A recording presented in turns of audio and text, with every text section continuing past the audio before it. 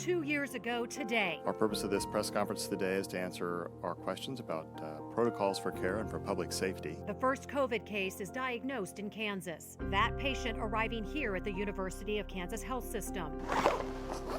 According to Mark, more than 384,000 cases of COVID were diagnosed in the metro, and more than 4,100 people here lost their lives to the virus. At least 3 COVID peaks so far. The first thing we're doing is placing the bronchoscope down the existing airway. Healthcare staff overworked and burnt out as hospitals deal with the first pandemic of its kind in our lifetime.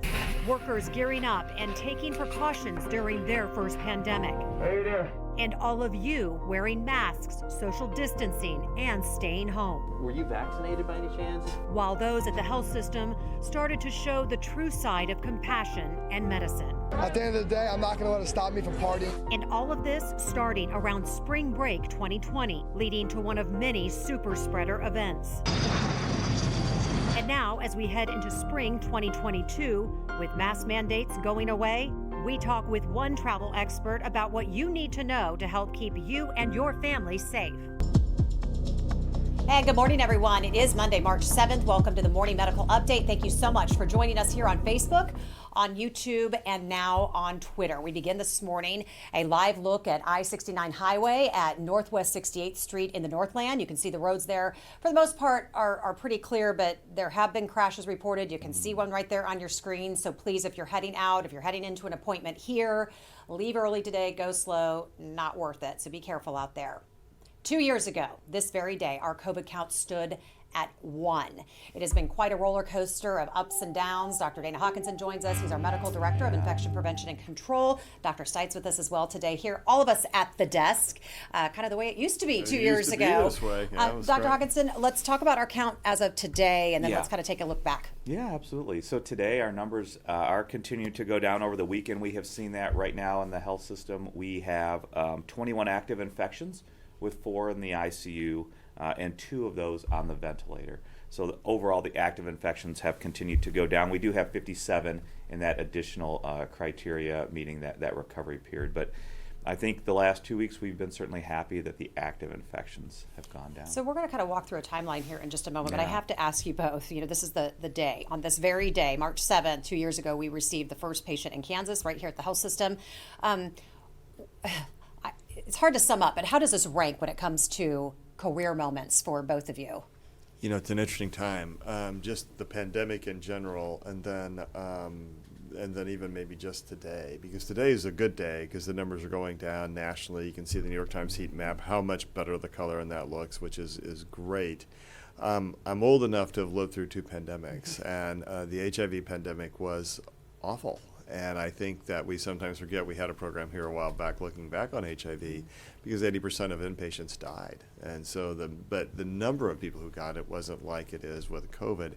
And there was a lot of political rancor around HIV. It feels worse today, I think, because of the internet and because of social media. It's just exacerbated things. How do you differentiate between those 2 pandemics, the HIV and now? What were the biggest differences? How did it feel different? The biggest one is that I think it was easier to avoid HIV because you knew what to do. Right. It was pretty clear, and COVID, because it's just more ubiquitous. It's just everywhere. Like we say here, it's everywhere you want to be. That's made it a greater challenge to try and control. I think we talked about that on that HIV show that we did, where it's like, I wish people were as scared of COVID as they were of HIV back then. Yeah, and in fairness, HIV did have a mortality rate of 80% because there were no therapies for it at that point. And so that is far worse than COVID, right? And so at this point, and when I say it's actually the mortality rate was 100%, it's just on that first hospitalization, it was about 80%, but 100% overall. So that frightened everyone. And I think the challenge for us with COVID has been all the degrees of misinformation out there, Hawkeye. Yeah. And I think just a lot of made up facts. And that's been more of a challenge because the internet has become such a hub of information. What do you remember? It's been 2 years. To kind of give us an idea of, numbers. 1 this day, 2 years ago, and now today, and everything in between. I remember just a couple months earlier, I guess it was late January, when you had received a text from a reporter asking about a new viral infection, a new respiratory infection in China. That was the first time you and I Yeah. had ever communicated about it. I sent you a text and said, what is this? Yeah. There's some virus in China. Are you familiar with it? I didn't know if you even would be. And you said, yeah. And so you came down We and were we just were watching answering it. questions. But so much has changed. Yeah, and then it obviously escalated from there quite quickly. And I think, it has been a whirlwind. I do remember that first day. And I had just gotten back into town from a Mayo Clinic infectious disease course. And we talked a little bit about it because it was starting to obviously exacerbate and blow up around the world. So most of that discussion was around infection prevention, though, because we just didn't have a lot of information about the virus itself. But it escalated quickly. I do remember it vividly, and it really hasn't slowed down too much. It has gotten better. Certainly we are seeing now it has improved. I think we knew here at the health system, we had a lot of meetings that first day, and a lot of it was procedural, and we've developed those procedures now, those infection prevention procedures. And those things that we started talking about initially are still the things that can keep us safe. So I think that's important to understand. And while our knowledge we have gained our knowledge about the virus and obviously therapeutics and prevention, it all goes back to those things as well. And we remember back then it was so difficult to model what the infection was going to look like. Yeah. You'll remember that long before we had our first patient, Italy was in the news and was just really hit so hard, and then New York City and Seattle, and you would hear about those things. I mean, frightened was coming this way, and then people would say, well, we're going to have 5,000 ICU patients. We only have 600 beds in ICU beds in Kansas City. How are we going to do that? Are we going to build? I mean, there was so much, we just didn't know what we didn't know. Yep. And in the meantime, we were huddled around the phone down here. I don't know if we trying have to talk video to of that. audience. We were So, talking about that this morning. If we could pull up some Yeah. video when you two, Yeah, that we was really just were getting great. so many, and there's Jill, and we were having so Yeah. many questions coming in, none of us masked, and all everyone sitting very close together. Yeah, but we're right there. You so know, many Hawkeye, questions were we coming look, in. well, you look a lot younger. I still look I- old, but you looked a lot younger than what I happened. know. It was 2 years of this. that That's happened. Yeah, true. that's exactly. It's like a exactly what- presidency. It's Hey, like a presidency. but I'm putting my stuff on my hands, and I don't Yeah. even know what's in that coffee mug because I don't drink coffee, so I don't know what's going on. We It was just one of are those days. unclear. But I want to just remind people if they're just now starting to watch our show in the last year or so, but this went back to when we were getting so many questions every day from media that there was no way to pull both of you off the floors and away from patients and all of our doctors to answer every single question. And it truly was changing. Like every 8 to 12 hours, there was something new coming down every single day. So we were going to do it for a few days, and then we realized we might be doing this for a few years. Yeah, well, I don't know if we saw it a few years. I thought we Yeah. were going to do it a few months. A year, we're- maybe. Yeah, maybe. Well, we yeah, are entering into our we had third all year these- as of today. We had all those brave ideas that this was going to calm Right. down after a few days and that things were going to be all good. And in fact, what happened was that there was this insatiable appetite out there for some kind of knowledge about it. Mm-hmm. And early on, we knew that we were trying to build an airplane and we didn't even have a wing yet. And, Right. and so it was a little tricky. I remember our very first patient because I saw him as a pulmonary consult on a Saturday morning. I was here because we were working 18 hours a day trying to plan for what we were going to do. Mm-hmm. And I was here that morning and I said, God, we don't even know all the dynamics of this. I'll go in because I don't want to send the younger pulmonary guys because they're, I was already here and I'm an old guy. So I was like, okay, I'll go in.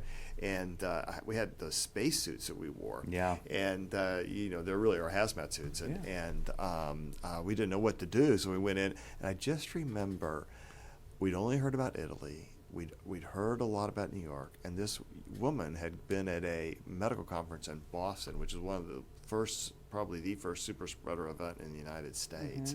And that thing had gone through, and those people had all gotten on planes, and they'd gone all over the country. They'd all been eating lunch or dinner together, and they were all packed in around a table, and it was a microbiology conference.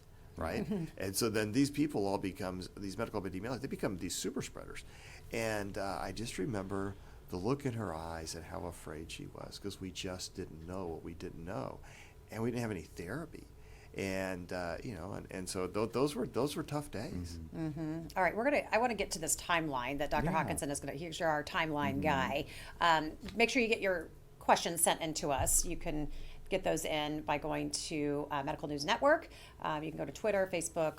You know how to find us. Send in your questions, and we'll get to those in a bit. Do we have any reporters on the line? All right, we are clear for today. We're going to get to some community questions, talk about our 2-year anniversary, if you will. So are we calling it an anniversary?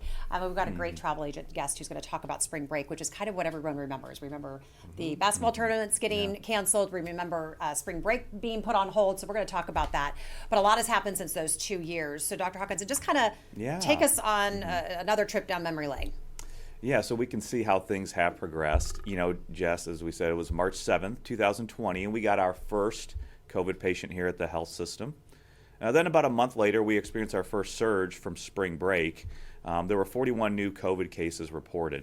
And that was just the start, however. We would treat hundreds more cases before the next sure hit, which was then Thanksgiving of 2020 with 114 cases. And it was around that time that the first COVID vaccination began to be distributed. We began to see the numbers significantly decline as people wore masks and got their shots. And then in May 2021, the surge returned. 76 new cases were reported. While we were still dealing with COVID cases, we wouldn't see another surge until the start of the new year in 2022 with Omicron. And then on January 24, 2022, we had 154 new cases of COVID reported here at the health system. It would hold that way for some time, but it wasn't until a few weeks later that the numbers would finally begin to drop off, and kind of that's where we are presently. So quite the roller coaster. Yeah. And you said four surges, really. Well, because the first one was a surge, we just didn't get hit as hard, and it took a little while for it to get there. And so it's kind of like we had the original strain, then the Alpha strain, then the Delta strain, and then the Omicron strain. I mean, and the story is each time we got a new strain, we got hit again. And I think that's really probably our challenge. And the other thing we ought to look at is that the two worst surges we've had have been in that late fall, early winter time frame, and it begins to give you a feel that maybe there's going to be a little seasonality to this. Yeah, you know, and we have said throughout this, you know, because we saw it in the warm months, in the summer months, that there were still cases going on. Still, yeah. Now, with any luck, there may be some sort of seasonality to that, but I think it still remains to be seen because we know it does spread so easily. But I think you're exactly right, Steve. So one of the first memories, like as we mentioned, was back in March when people were having to cancel their travel plans, and so we want to bring in a vice president of Ascendus Travel, Kathy Sadegas. Good morning, Kathy. How are you? Good morning. Nice to be with you. Hey, nice to be with you. I remember that mass very, very well. Well, that's what I wanted to ask you is kind of what were your, I mean, this directly impacted the work you do every single day and all of your clients. What are some of those first memories that you have? Take us back down memory lane for you 2 years ago. Well, it started so slowly, of course, but what happened was as one of the doctors has suggested, Italy was the first to sort of fall in the dominoes. And I happened to be working with St. Thomas Aquinas and St. James Academy with spring break senior pilgrimage trips, leaving on Friday and on Saturday, 70 kids. So by Monday, I had to meet with the parents and share with them that if we canceled the plans, instead of the airline or the government closing Italy or anything like that we wouldn't get a dime back. But if we could just wait, literally by the hour, by the evening news, find out what airlines were canceling space, what cities were closing up, because by Tuesday, Rome and southern Italy was closed as well. And then by Wednesday, they had stopped, United Airlines had stopped flying into Italy. And yeah, it was a nightmare for all of us. We were able to finally convince the airlines that our students could not use a $2,000 credit voucher in 2022 when they left for freshman year of college. But it was under duress for sure. We were all a wreck in every part of our business, in the corporate side, getting people home, and on the vacation side, just going to plan B with everyone. Well, and Kathy, it takes a lot for people to cancel their travel plans. I mean, when people are canceling plans and there's something going on, and the airlines are just something I think we all think are just going to always be there. It's like it's like a hospital. It's always open. Travel never stops. So when things stop and go to a halt, and it affects our travel and trying to get to where we need to go, it really is an eye opener.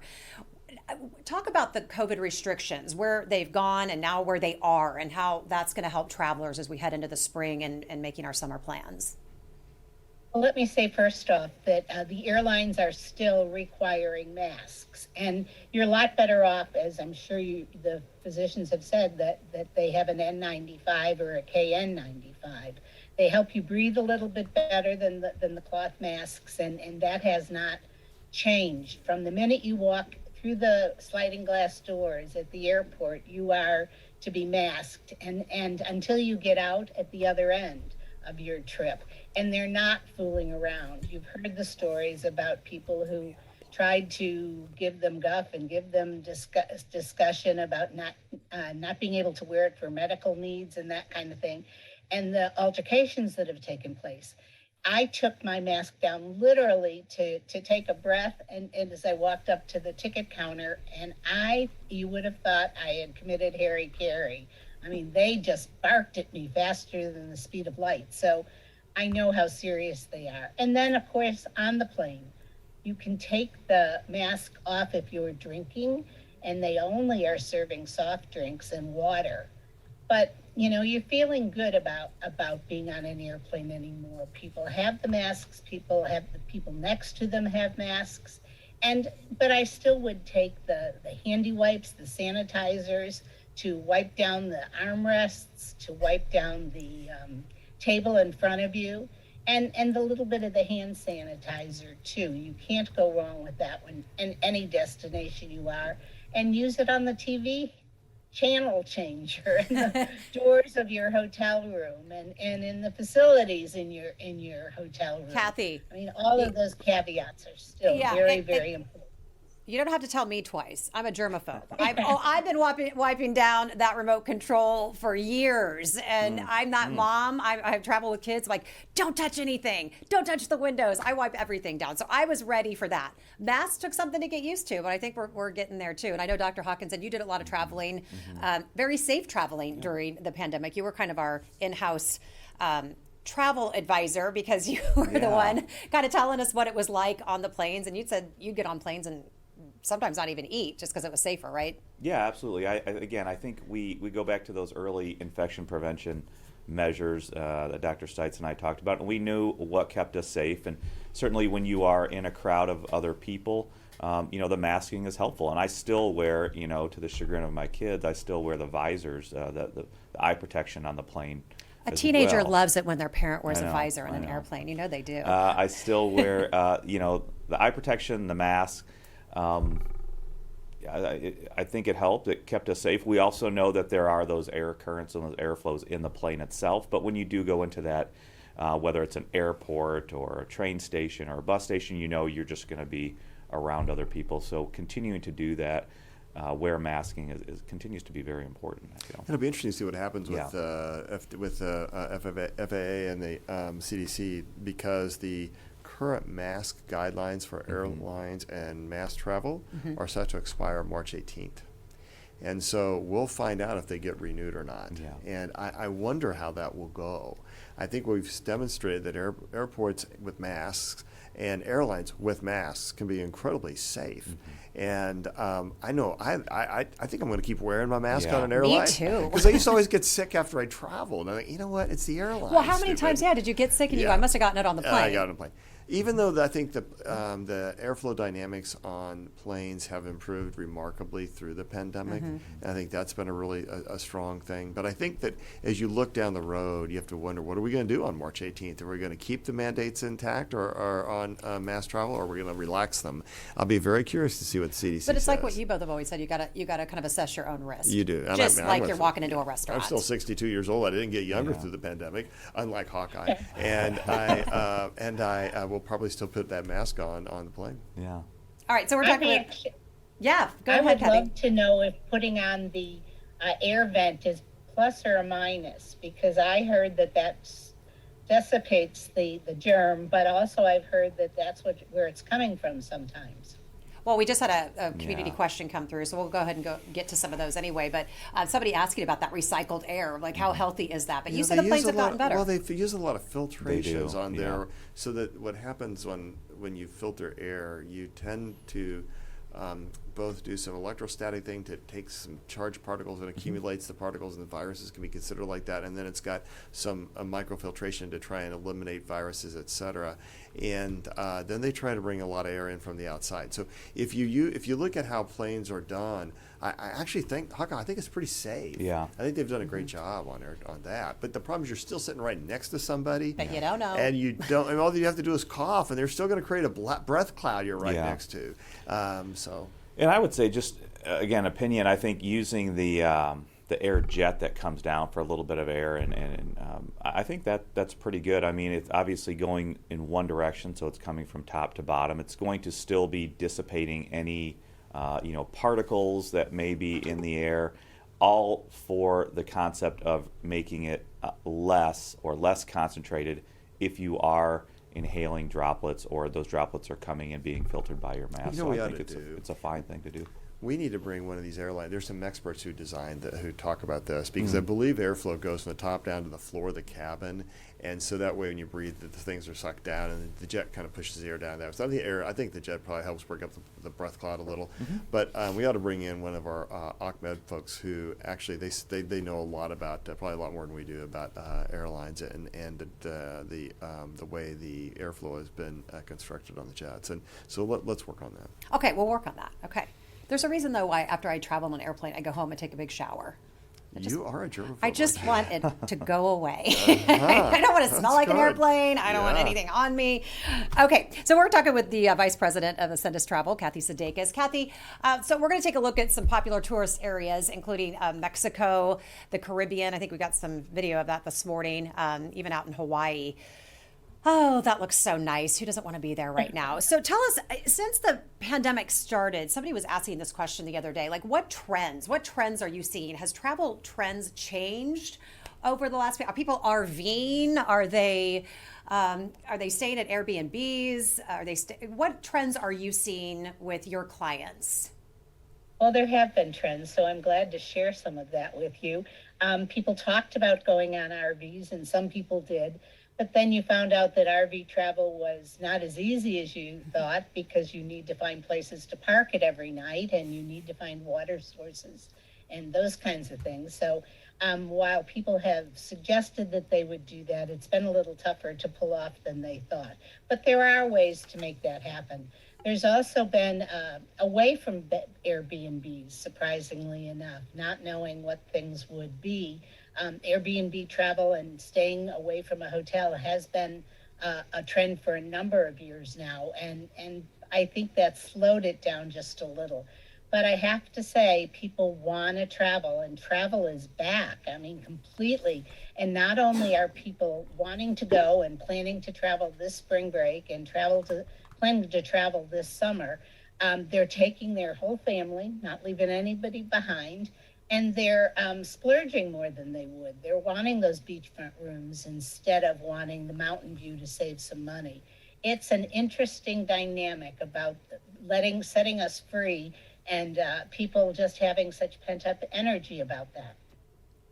Well, and I know with both of you, like your moments to be able to leave here and go travel have been like your space to just kind of unload. And travel has been something people have really relied on to take a break from this pandemic. So can I tell a quick story? Yeah, about that? I love a good quick story. All right, here we go. So I used to always go camping deep in the Ozark Woods because I was never around anybody early in the pandemic. This last weekend, I was down fly fishing on the White River in Arkansas, and just a quick trip, and it was so crowded. And I said to the guys, like, "Is it what's been going on?" I said, "I used to be down. Wasn't this?" He goes, "Ever since the pandemic started, this has been a place people could go and they could be outside. And the fly fishing industry has done very well. The White River had lots of boats on it, and the fishing was only okay, but there was a lot of fishing pressure." And I was like, "Holy cow, this is so different than what I remembered." There's some used to be parts of the White River you go, you just wouldn't see a lot of people, but a lot of folks outside, a lot of people getting outdoors, and I think that's probably been a good thing. Yeah. But some industries, I think, have benefited from it. I know the fly fishing industry has been very happy. You just try to escape from us. Are you traveling again soon? Are you having a vacation anytime soon? I haven't. I'm not. You're stuck here with us for a while? No, I make no. I'm not revealing all my stories. Yet. Oh, okay. Yeah. We know. I am going to spend a little time with my daughter soon. Okay, good. So, Kathy, what has been kind of the take from just your clients? when this all happened, what were those conversations like with you over the phone when you were having to explain to them just maybe that things were going to be a little bit different? Were you having to help them through safety precautions and explaining to them about the masking on the airplanes and in airports? Just were your conversations different when you were booking travel? Absolutely. The question was, can I travel? And so for a long time there was just travel stopped completely. And from our neck of the woods, of course, spring break and Easter travel were right in the midst of that. And so everything was having to cancel. And the question was, do you cancel and lose your money on your terms? Do you cancel on the airline's term or the destination's terms? And then you may get a travel credit, or do you get your money back? So that whole worry-free element of travel has been kind of the thing that people are talking about now, so that we keep money in the till and moving through the hotels and the airlines and the cruise companies. Everyone has been very generous about offering these worry-free opportunities where you can cancel to the last minute. You can have your choice of either getting a credit back and maybe getting some additional 25%, even as much as that credit additional to the money you've already had under deposit or paid in full, or you can pay a little bit higher on the front end and get your cash back with no problem. But one thing that's really important, there was so much advice about cancel for any reason insurance. And Americans really do care more about losing their investment rather than they do about their health and their body and those kinds of things, even their luggage. But they really are worried about the big investment that they've made, and that has deterred a lot of travel. But the cancel for any reason insurance came to the table. And while it sounds perfect, there are a lot of caveats with that. For example, the price is double what the normal insurance is, and the payout is only 50 to 75%. Each policy is different of the total amount you've paid. So it's a slippery road. Traveling today with the requirements to get in and out of countries and back into the United States is still complicated, and you wouldn't want to try and do this online on your own. Just too many open-ended questions, and we are being bombarded in the travel community with offers from hotels that still have opportunities, plus all of the kind of requirements up, requirements down, masks up, masks down, that the hotels in the Caribbean, for example, really did a fabulous job, because what they did was on check-in with the proper paperwork, you were able to check into the hotel, and they immediately booked you for a testing opportunity the day before you were leaving. So if you arrived on Saturday, the following Friday, you go to one of the ballrooms that they'd turned into an infirmary. They'd give you a quick test. You would, by noon or 1 o'clock, have your results and go back to the airport the next morning, and everything was fine. You boarded your plane and headed home. So, and they test every person that comes into the hotel space, whether they're delivering volleyballs or whether they're delivering booze or food or anything. Every single guest in the hotel, sorry, not the guests, the employees or visitors or delivery men were being tested. Okay, on this snowy morning, I think we're going to take a live look at what, St. John? Who doesn't want to be right there right now? Thank you very much. Well, I think you made a good point, though, Kathy. Just worry-free booking, because for me, I'm one of those people, I don't get to travel that much. So part of it is just the fun for me is to book something and then have something to look forward to. We booked a trip 2 years ago for Christmas to surprise my mom, to take her to New York City, and then it hit, so we had to cancel it. So now we've got up until September 7th, I think, to use our ticket. So me and my sister are trying to rebook that travel again. But I think you're right. People want to book and feel like they have some sort of options. But yeah, you have to kind of book with caution, no doubt. Kathy, just a quick message just to folks. What would be if you had one piece of advice right now as people are booking for spring break and certainly heading into the summer, what would be your one big piece of advice?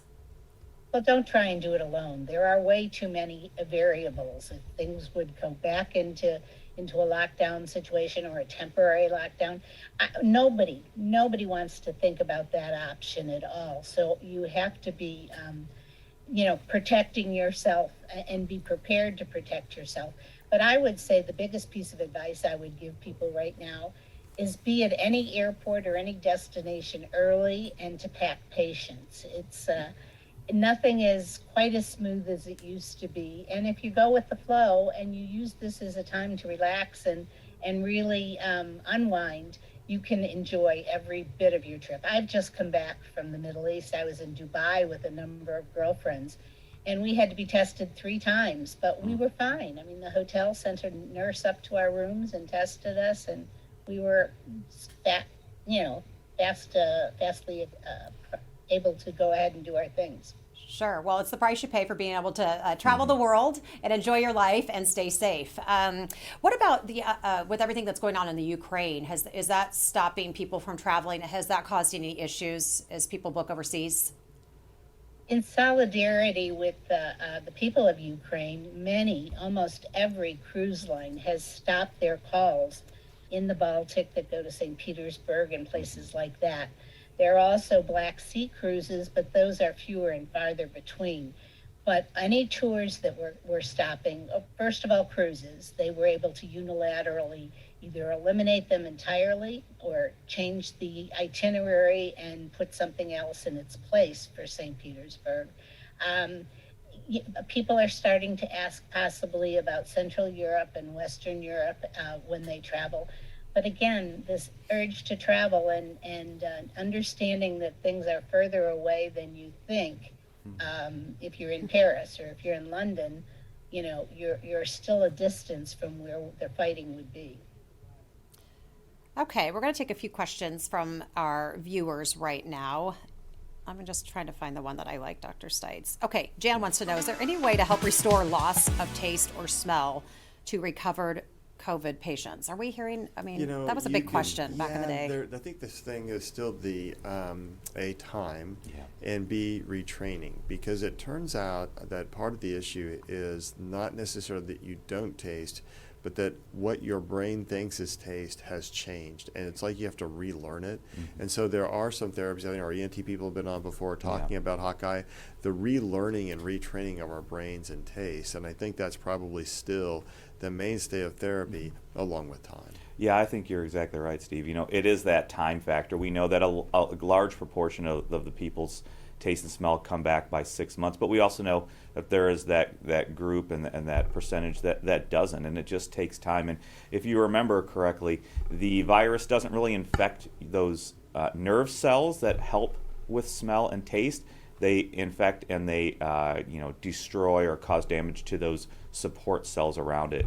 And so that is probably the mechanism of why you're losing that smell and taste. But I think to your point, Steve, it really just is time as those cells start to regenerate and come back to normal functioning. Greta, I hear your question, and I'm one step ahead of you. I'm going to ask the doctors it in just a moment. Okay, question from Lesko. Looking back over the last 2 years, I'm sure you both get this question a lot. What do you wish you would have known back then? Was there anything you wish, if you had the crystal ball back then, and it could have helped you see into the future, resources about treatment, anything that stands out? Well, we should know the right answers to therapy. And so we knew all the parts about, because we spent a lot of time focusing on things that turned out weren't as important, and one of them, surfaces aren't as important as air.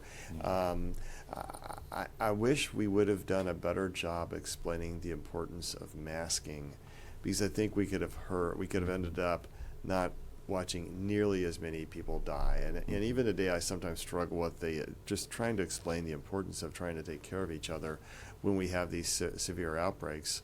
Hawkeye, I think, to me, I thought we worked hard at it. I wish we had done even better. I think we got better as we found our voice, et cetera. But I think that the importance of masking is perhaps something that we may have even lost a little sight of today. Yeah, I think that's right. I would agree with you too. That became one of the earliest issues, non-medical discussions and anger was about masking. Because number one, we didn't have the data about SARS-CoV-2 specifically. We knew there was some other data about other viruses, but just jumbled into the mix were the studies and things like that. So I think masking is right. I would say early on it was PPE. We were really struggling with PPE here at the health system, and now we of course have supply, but back then we didn't have a lot of supply on hand, and even our suppliers weren't able to get those things. And so I think that was important very early on in the pandemic when we were trying to really ration PPE. And we should continue to ration, importantly, and as we should, but we have much more supply now, and so I think that's been good. You know, what I would also say is that if you remember on the original series of Star Trek, Dr. McCoy would figure out the infection, get his antidote done, and have those special syringes that went into the neck with a lot of hiss of air, and everybody was fine within 1 hour episodes. I wish we could have had that kind of timeline for SARS-CoV-2. It had to be nanobots. That would have been awesome. Yep. You know, live long and prosper. It all leads back to Star Trek. Okay, It Kathy, always does. Isaac has a question.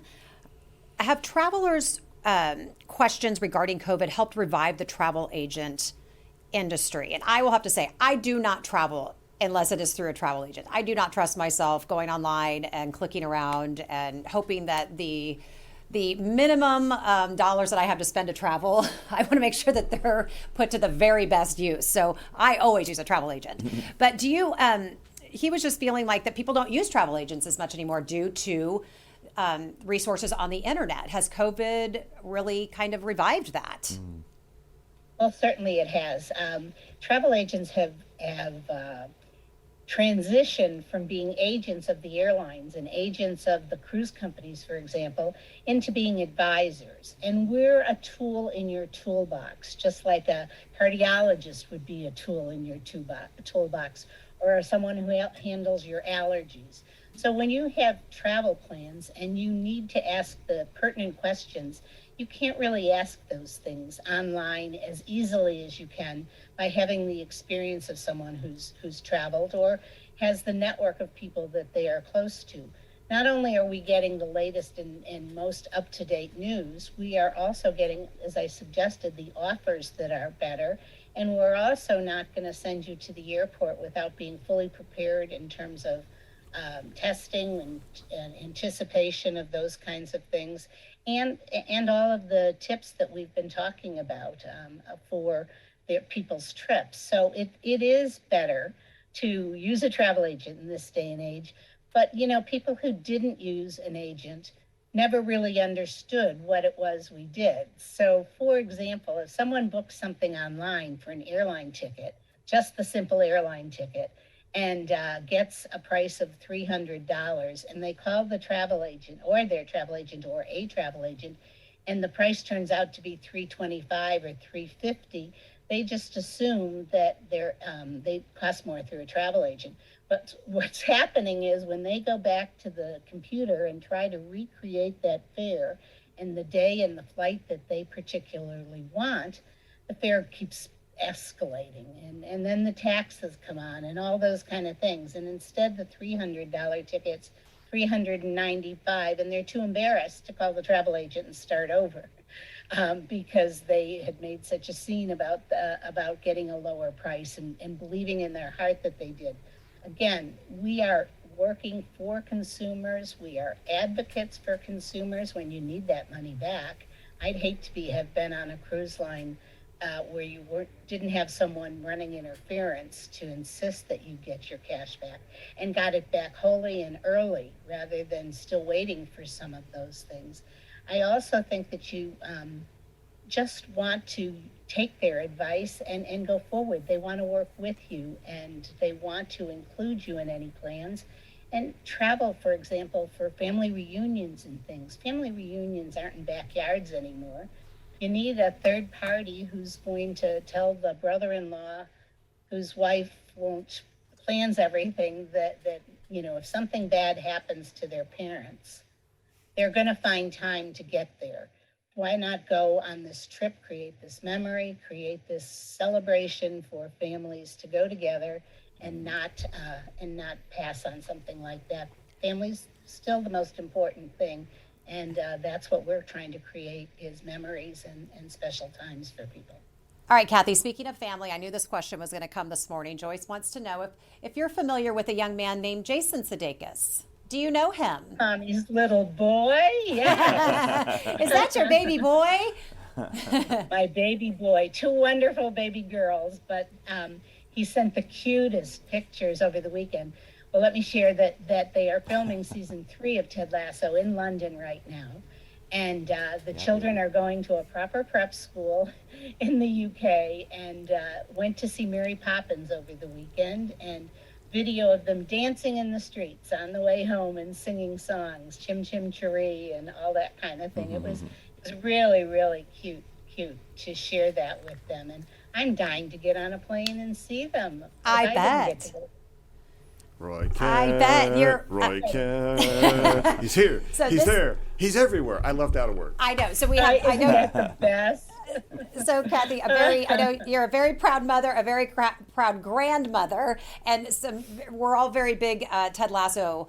We dressed up. My spouse and I. We dressed up as Ted Lasso for Halloween. So who yeah. were you? What's that? Terrific. Which one were you? Were Oh, you the stop boss? it! I was.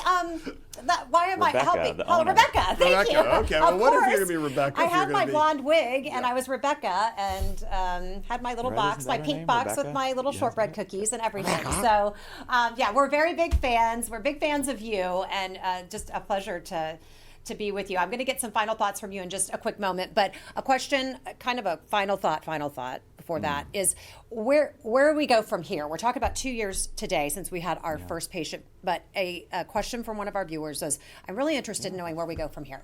Yeah, I think that's interesting too. I don't think we know. Okay, we do know that the 1918 influenza pandemic that really lasted about 5 years. How much longer will this last? I don't know. We have to understand and define what we mean by how long will this last. Certainly our experience here in the United States is probably much better because we have vaccines, because we have therapeutics. So that will help. Will there be more surges and variants? I think we have to assume that. I think we would be naive not to. But individually and individual bubbles and families, we can protect ourselves as much as possible so that we don't have to go back to those high hospitalization rates or have the experience of what Hong Kong is having right now, and that is get vaccinated and try to do those prevention measures. If you are going to those high-risk situations, it's okay to wear a mask if you want to.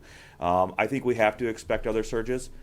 I believe and I hope and I pray that it will be lower than that Delta surge, so that's certainly lower than the Omicron surge that we just saw. But we have to remember that individually now it is really up to everybody to try and protect themselves, reduce their chance of going to the hospital, and by doing that, that is being up to date with vaccination. I think that's the exact right point, Hawk. I think here's our challenge. There are things that we can control and things that we can't. Yep. The things that we can control help the things we can't, because if we're vaccinated and we spread less disease, then we have a lower risk of developing more variants. We've got really effective therapies emerging between the monoclonal antibodies, Paxlovid, and there are other generations of antiviral drugs directed at SARS-CoV-2 coming out. That's really important because those are really game-changing moments. But the thing that we have to be afraid of is another variant that can escape those therapies, and then we are back to doing the things we've done to try and stay safe. I'm relatively optimistic. I think your point, you and I have had this discussion before, that these kind of viral epidemics historically have this 3 to 5 year cycle length, and then they kind of dissipate. And a lot of that may be host immunity through a population. It may have been that the virus then mutated into a different form. Some people have speculated that SARS, as that class of coronavirus, started out when it first started in the 1800s or whatever time frame that may have been. It may have been more deadly then, and then it became a little safer. Other people say, well, no, the viruses don't. If you listen to TWIV, they kind of downplayed the whole thing about viruses becoming safer. You listen to the New England Journal, viruses are going to get safer. So I don't think we really know, except we do know something. We do know how to protect ourselves and protect our loved ones and take care of each other. And if we can stay true to the principles of infection control, what we've always said, they keep you safe up until this moment, and they travel with you wherever you go. And if you follow those principles, you can really do a lot better job of staying safe. And so I would just remind ourselves that the principles of infectious control still travel wherever we go. And with that, I'll let Kathy have our final thought. First of all, just thank you so much for being with us today, Kathy. Go see her. She's at Ascendus. So go see her and her team over there if you plan to do any traveling in the next coming months. Get booked up. But just thank you for the Travel 101 lesson today. I think there were just some good reminders about just how to do it right and to make your dollar go as far as it can and be smart. So just a quick final thought on what you want everyone to know as they're booking. Well, I thank you very much for the opportunity. It was fun to learn more and to listen to the update of what we're trying to accomplish as well. We're telling people to go to their physician, get their information right, and let us put dot the I's and cross the T's for them, depending on the actual destination that they're going to. But not to be afraid of travel. It's one of those rights that we're not able to have guaranteed when you think about what's going on in the world right now. So Americans want to be back on the road. They want to be back in the air, and they want to be back at sea. Cruising has never been safer as well. So I think it's time to, as long as you know you have a worry-free opportunity to go to Plan B, that you should consider making these plans and be on your way. Kathy, thank you so much for your advice today. We'll see you soon. Take care. All right, and thank you all so much for being with us today. Don't forget, you can catch our show anytime by logging on to Facebook, YouTube, and now on Twitter. Coming up tomorrow, the connection between childhood diabetes, kids, and COVID. New studies suggest kids who have contracted COVID are at a greater risk for developing diabetes. We bring in the experts to explain and what signs parents should look for. That's coming up Monday at 8. We know these past 2 years of this pandemic have brought a lot of changes to our lives, kind of creating this new normal that we've been talking about. The ups and downs are ones that none of us will forget. Our team of editors have looked through the hundreds of hours of videos that we have done and put together this recap of the past 2 years. We leave you on that note. So everyone, again, be safe and remember that the pandemic, it's not over.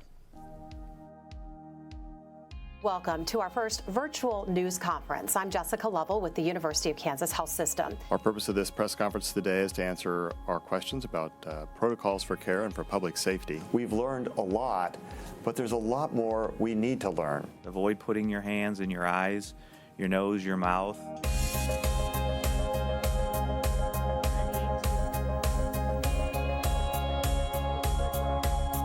Sunny says, have your mask ready. Make sure it's comfortable. You'll wear it most of the day. What about giving out candy? How can we do that safely?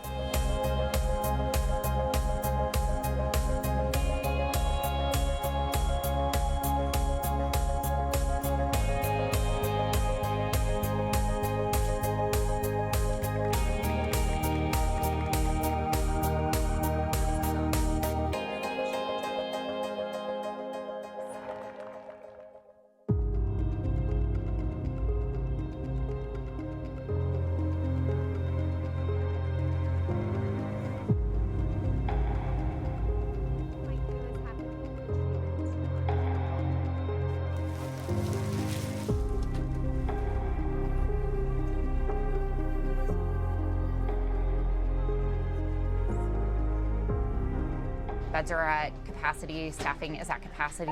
This is KU, go ahead. Nobody's more tired of it than we are, but we're still here and we're doing it every day. I had one day where I had 3 people die before 9 a.m. The COVID blizzard continues in Kansas City and the metro area. Every day it's a new record, unfortunately. We know the disease is prevalent throughout the community right now. If you have symptoms and you can't get a test, you need to go forth with an abundance of caution, and that means really to act as if you do have it. And remember that love, at the end of the day, is still more powerful than anger.